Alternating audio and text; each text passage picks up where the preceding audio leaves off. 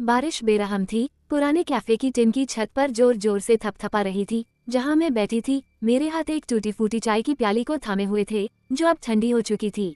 मेरा नाम आयशा है और यह मेरी कहानी है, एक ऐसी कहानी जो इतने गहरे प्यार की डोर से बुनी गई है कि सांस लेना तक दुखता है। ऐसी हानि की जो इतनी भारी है कि लगता है दुनिया इसके बोझ तले ढह जाएगी, और ऐसे क्षणों की जो इतने नाजुक हैं कि सुबह की उसमें मकड़ी के जाले पर चमकते मोतियों की तरह झिलमिलाते हैं।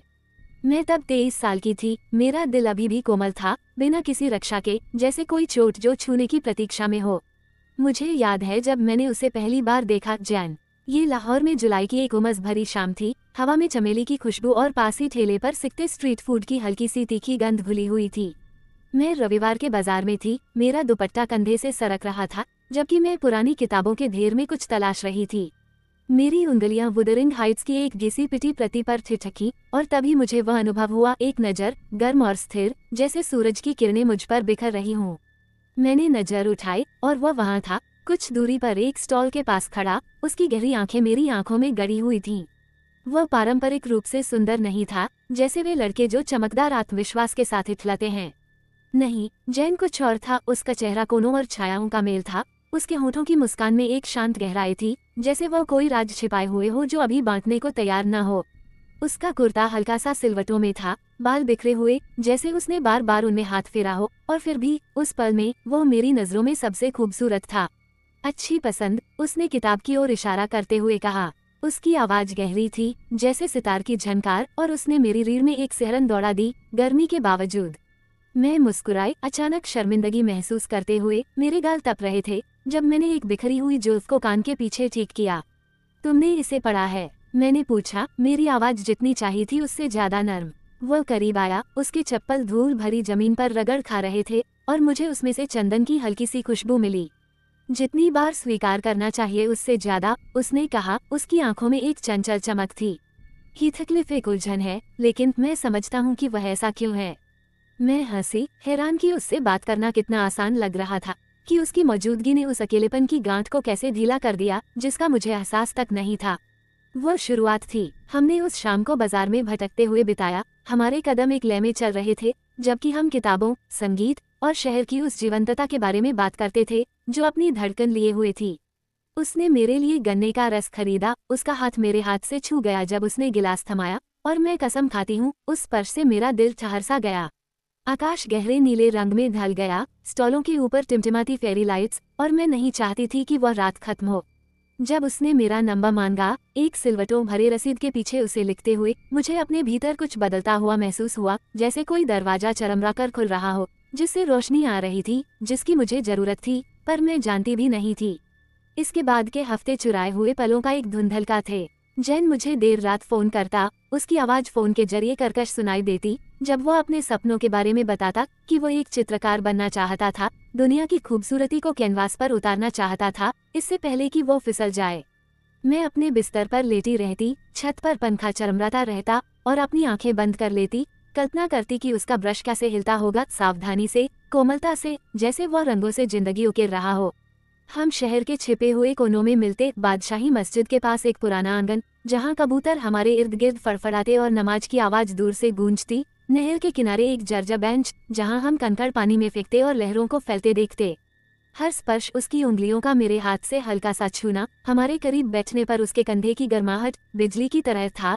एक मूक वादा कि यह सच था, कि हम सच थे। लेकिन प्यार, मैंने सीखा, सिर्फ रोशनी नहीं होता, ये छाया भी है। जैन एक बोझ ढोता था जिसके बारे में उसने शुरुआत में बात नहीं की, एक अंधेरा जो उसकी आंखों में झिलमिलाता था जब उसे लगता था कि मैं देख नहीं रही। एक शाम जब हम उसकी छोटी सी छत पर बैठे थे, नीचे शहर सितारों के समुद्र की तरह फैला हुआ था, उसने मुझे अपनी माँ के बारे में बताया। वह सालों से बीमार थी, उसने कहा। उसका शरीर कमजोर था, लेकिन उसकी आत्मा तेज, और उसने अपनी जिंदगी उसे हंसाने की कोशिश में बिता दी थी। उसकी आवाज टूटी, उसके हाथ कांप रहे थे जब उसने सिगरेट जलाई, धुआं रात की हवा में लहराता हुआ। वह मेरे पास सब कुछ है, आयशा, उसने फुसफुसाया, और मैंने उसमें डर देखा, उसे खोने का डर, अकेले रह जाने का डर। मैंने उसका हाथ थामा, अपनी उंगलियां उसकी उंगलियों में उलझाते हुए, और वादा किया कि मैं वहां रहूंगी, चाहे कुछ भी हो। लेकिन वादे, मैंने सीखा, नाजुक चीजें हैं। उसकी माँ 1 महीने बाद चल बसी। मैंने उसे अस्पताल में पाया, गलियारे में बैठा हुआ, उसका सिर झुका हुआ, कंधे कांप रहे थे।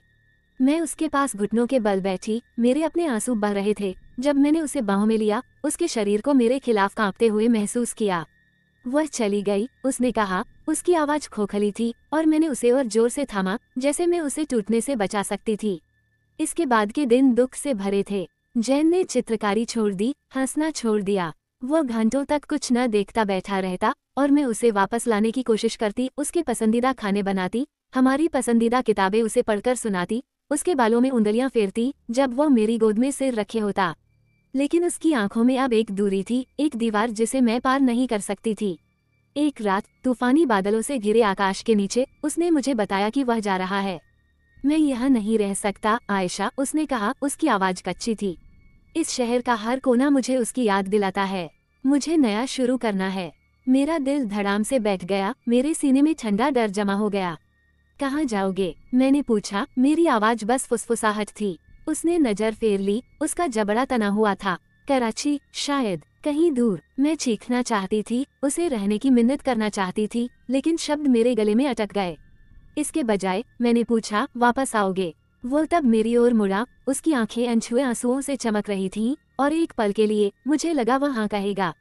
लेकिन उसने सिर्फ सिर हिलाया, एक मूक माफी जो किसी भी शब्द से ज्यादा गहरी चोट दे गई।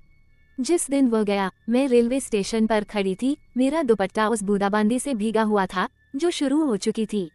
उसने मेरा चेहरा अपने हाथों में लिया, उसके अंगूठे मेरे आंसुओं को पोंछ रहे थे, और उसने मुझे चूमा, नर्म, बेताब, जैसे वो उस एक पल में सारा प्यार उड़ेल देना चाहता हो। तुम मेरा दिल हो आयशा, उसने कहा। उसकी आवाज टूट रही थी। यह मत भूलना। और फिर वह चला गया, भीड़ में गायब, ट्रेन की सीटी हवा को चीरती हुई जैसे कोई चीख। मैं वहां देर तक खड़ी रही, जब तक कि प्लेटफॉर्म खाली नहीं हो गया। मेरे हाथ कांप रहे थे, मेरा दिल एक खोखली चीज बन चुका था। इसके बाद के महीने दर्द के धुंधलके में बीते। मैं सुबह उसे ढूंढते हुए जागती, सिर्फ अपने बिस्तर का खाली हिस्सा पाकर। मैं उन जगहों से गुजरती जहां हम गए थे, बाजार, नहर, छत, और उसकी गैरमौजूदगी को एक शारीरिक पीड़ा की तरह महसूस करती। मैंने उसका नंबर रखा, हालांकि मैंने कभी फोन नहीं किया। डर थी कि क्या सुनूंगी, या इससे भी बुरा, क्या नहीं सुनूंगी। मैंने पत्र लिखे जो मैंने कभी नहीं भेजे, पन्नों पर वे सारी बातें लिखी जो मैं कहना चाहती थी। मैं तुमसे प्यार करती हूँ। मुझे तुम्हारी याद आती है। वापस आ जाओ। लेकिन खामोशी और तेज होती गई, और मैंने उसके साथ जीना सीख लिया, अपने प्यार को एक ऐसी चोट की तरह ढोते हुए जो कभी पूरी तरह ठीक नहीं हुई। 2 साल बीत गए। मैं काम के लिए इस्लामाबाद चली गई, उसके छोड़े हुए टुकड़ों से जिंदगी बनाने की कोशिश में। मैं मजबूत थी, या मैंने खुद को ऐसा कहा। हालांकि कुछ रातें मैं अब भी अपने तकिए में रोती, उसका नाम मेरे होठों पर एक फुसफुसाहट बनकर। फिर एक सर्दी की शाम, जब मैं एक शांत आर्ट गैलरी से गुजर रही थी, मैंने इसे देखा, एक चित्र जो मुझे ठिठका दे गया। यह मैं थी, या मेरा कोई रूप? मेरा चेहरा नर्म, सुनहरे और नीले रंगों में उकेरा गया, मेरी आंखें उस खुशी से जीवंत जो मुझे मुश्किल से याद थी। मेरे हाथ कांप रहे थे जब मैंने चित्रकार का नाम पढ़ा, जैन मलिक। मुझे नहीं पता मैं वहां कितनी देर खड़ी रही, कैनवास को निहारते हुए। मेरा दिल इतनी जोर से धड़क रहा था कि दुनिया की सारी आवाजें दब गईं। गैलरी लगभग खाली थी, हवा ठंडी और खामोश थी, लेकिन मुझे वह महसूस हुआ, उसकी मौजूदगी, उसकी सांस, उसका प्यार हर ब्रश के रंग में बुना हुआ। मैं मुड़ी, मेरी नजरें कमरे को स्कैन करती हुई, और वो वहां था, दरवाजे के पास खड़ा, अब कुछ उम्रदराज, उसके बाल लंबे, चेहरा उन रेखाओं से भरा जो मुझे नहीं पता थीं। हमारी नजरें मिली, और एक पल के लिए समय अपने आप में सिमट गया, साल कुछ भी नहीं रह गए। आयशा, उसने कहा। उसकी आवाज एक कपी थी, और मुझे लगा मेरे घुटने जवाब दे जाएंगे। मैं उसे दौड़कर गले लगाना चाहती थी, चीखना चाहती थी, रोना चाहती थी, लेकिन मेरे पैर जमीन से चिपक गए थे। वह करीब आया, उसकी आंखें मेरी आंखों में कुछ तलाश रही थीं, और मैंने उसे देखा, वही प्यार, वही दर्द, वही जान। मैं कभी नहीं रुका, उसने कहा। उसकी आवाज टूट रही थी। हर चित्र, हर रंग, ये सब तुम हो। मुझे नहीं पता था कि क्या कहूँ, सालों और खामोशी के उस अंतर को कैसे पाटूं। मेरा दिल एक तूफान था, गुस्सा, प्यार, तड़प, सब एक साथ टकरा रहे थे।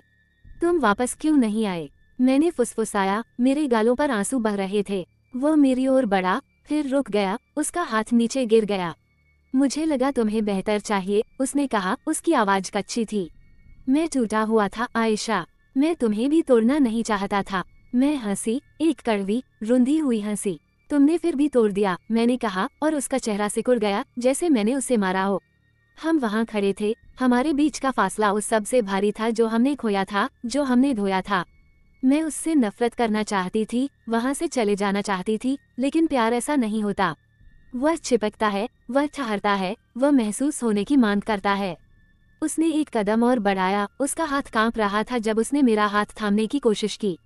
मैं अब यहाँ हूँ, उसने कहा, उसकी आवाज बस एक फुसफुसाहट थी। अगर तुम मुझे स्वीकार करो। मेरी सांस अटक गई, मेरा दिल उम्मीद और डर के किनारे पर झूल रहा था। मैंने उसकी आंखों में देखा, उस बाजार वाले लड़के को देखा, उस आदमी को जो मुझे अपने चित्रों में जीवित कर गया था, और मैंने उसे महसूस किया, हमारा वह बंधन, समय से ज्यादा मजबूत, दर्द से ज्यादा गहरा। मुझे नहीं पता इसके बाद क्या हुआ, मैंने उसका हाथ थामा या मुड़कर चली गई, क्योंकि कुछ अंत लिखे जाने के लिए नहीं होते। वे जीने के लिए होते हैं, महसूस करने के लिए, दिल के शांत कोनों में संजोने के लिए। मैं बस इतना जानती हूँ कि उस पल में, गैलरी की नर्म रोशनी के नीचे, मैं फिर से पूर्ण थी, इसलिए नहीं कि वो वापस आ गया था, बल्कि इसलिए कि मैंने उससे प्यार किया था, पूरी शिद्दत से, पूरी तरह से, और वह प्यार, अपनी तड़प के बावजूद, काफी था।